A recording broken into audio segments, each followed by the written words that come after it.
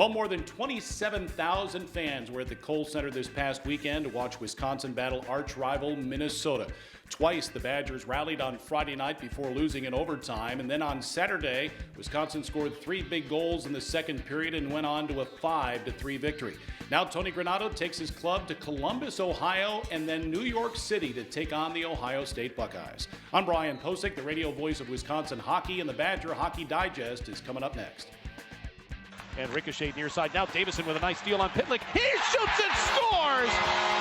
Tim Davison, his first goal in 41 games, and Wisconsin takes the lead.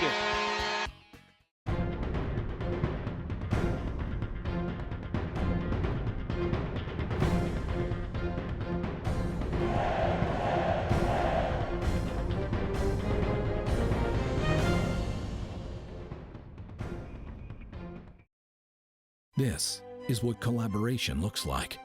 This is what happens when a cardiologist in Appleton works step in step with specialists at UW Health in Madison. You see, when Terry's condition required a second opinion, his doctor turned to the cardiothoracic team at UW Health. Together, we made sure Terry got the care and the heart transplant he needed. Powerful minds, compassionate care, amazing results. UW Health, remarkable. This is a huge win. This is a huge win for our team right now.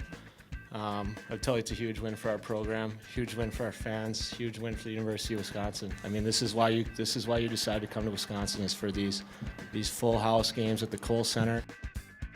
Well, Tony, a lot of fans came out and watched an entertaining series. Took a little while for your team to get going on Friday, but then it seemed like it believed that it could play with Minnesota and gave the Gophers a run for their money before falling in overtime 4-3. But then you come back the next night, and again, Minnesota gets off to a quick start. Then you found your feet and really put together a fine second period and win that one 5-3. That was fun this past weekend. It was great. You know, everyone had looked forward to this Minnesota series since the schedule came out. And to be able to have 2 exciting games in there, to have the crowd and the energy both nights was outstanding. So, fun weekend for us. I think, Minnesota's a heck of a team. And they had us on the ropes there really in both games. And our goaltending was very solid, gave us chances in both games to get back in it. And obviously the win on Saturday that Matt Jusek picked up was a very solid, maybe his best performance of the year. And like I said, Barry the night before was outstanding too. And that's always good when you get 2 guys that are playing that well in your net. Gives your team so much more confidence. We're past halfway through the year now. We still got a competition in the net, and that's a healthy situation for us. Yeah, I felt bad for Jack Barry because he played so well, kept you in that game on Friday. And I did notice after Justin Kluse scored the game winner, the first person to meet him was Matt Jusek to whether console him or lift up his spirits because Jack played so very well. Absolutely, and that was great by Matty, and he did. Jack played extremely well. Matty knew he was going to play the next night, and just to go out there and give him a pat on the pads and say, hey, you did everything you could to keep us in this game and give us a chance in overtime was the right thing to do.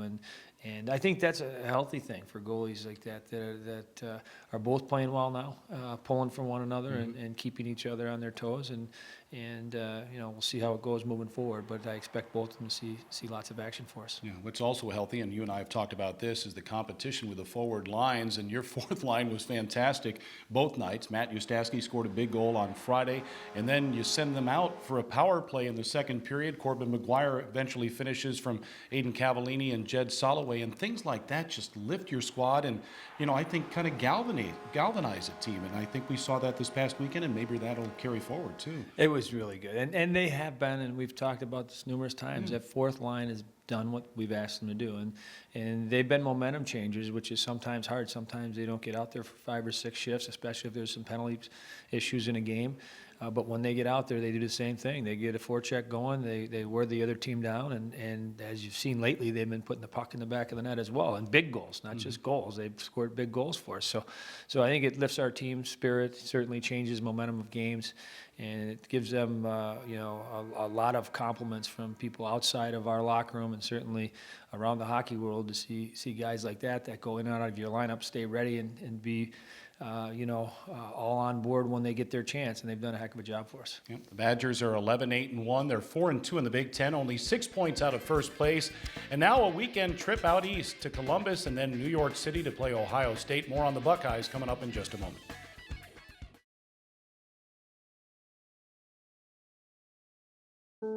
This is Lexi Rush.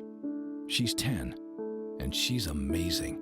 You see, Lexi was born deaf and couldn't hear anything.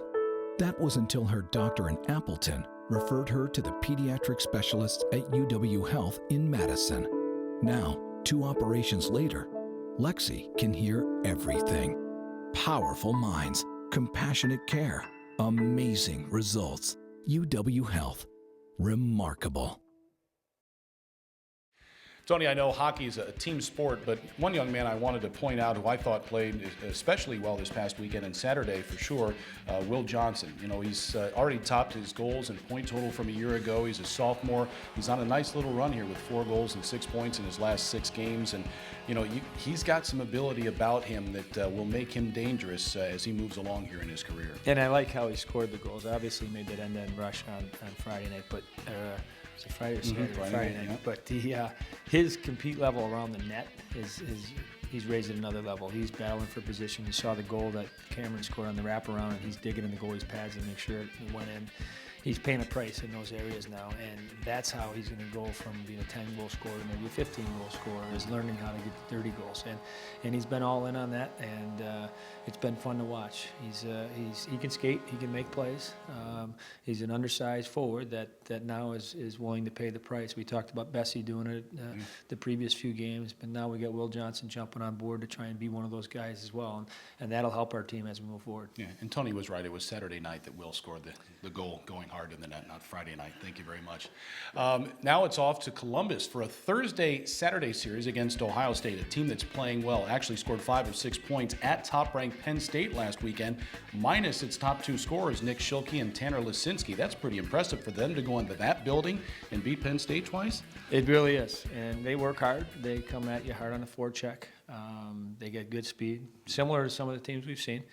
I think it'll be a great challenge for us again. And this is great. Our schedule is great. We got these guys 2 more series. We got Minnesota another series. We got Penn State 2 more series. Those are all teams in the top 10 and have been most of the year that we're going to have a chance to see where we're at and hopefully do well against them and move up in the rankings ourselves. Yeah, and what's fun, too, is on Saturday, part of Super Saturday in the Big Ten, the Wisconsin basketball team will play Rutgers at Madison Square Garden at 11 a.m. Central, and then the Badger hockey team against the Buckeyes at 6 o'clock Central Time. Both are on the Big Ten Network, and you used to play there. In fact, you played for the Rangers for about a year and a half. What are your team, or what are your players in store for when they go to Madison Square Garden, the world's most famous arena, Tony? Yes. What I think they're in store for is they're getting a chance to play in an NHL venue.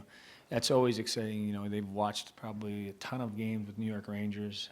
They're too young to remember the Stanley Cup victory there in 93, 94? Yep. 94. So that probably doesn't mean a lot to them. But the history in that building with everything, and it's also, you know, one of the oldest NHL buildings still going. So it's a great place.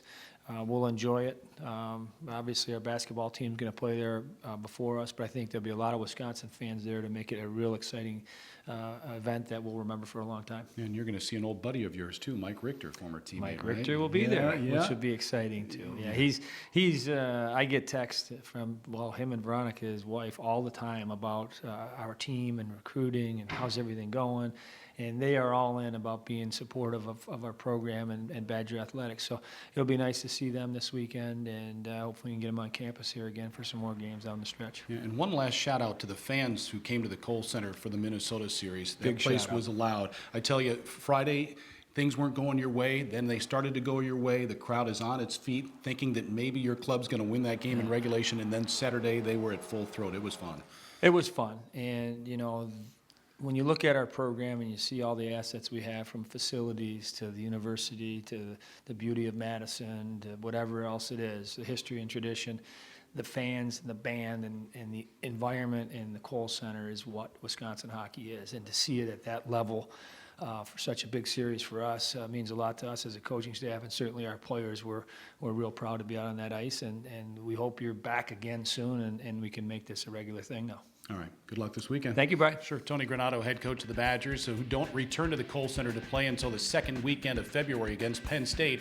Again, off to Columbus and then New York City. Thursday's game from Columbus will start at 6 o'clock Central, and then the Saturday game from Madison Square Garden also at 6. That's on the Big Ten Network. You can also listen to the games on the Badgers Sports Network or at badgersportsnetwork.com.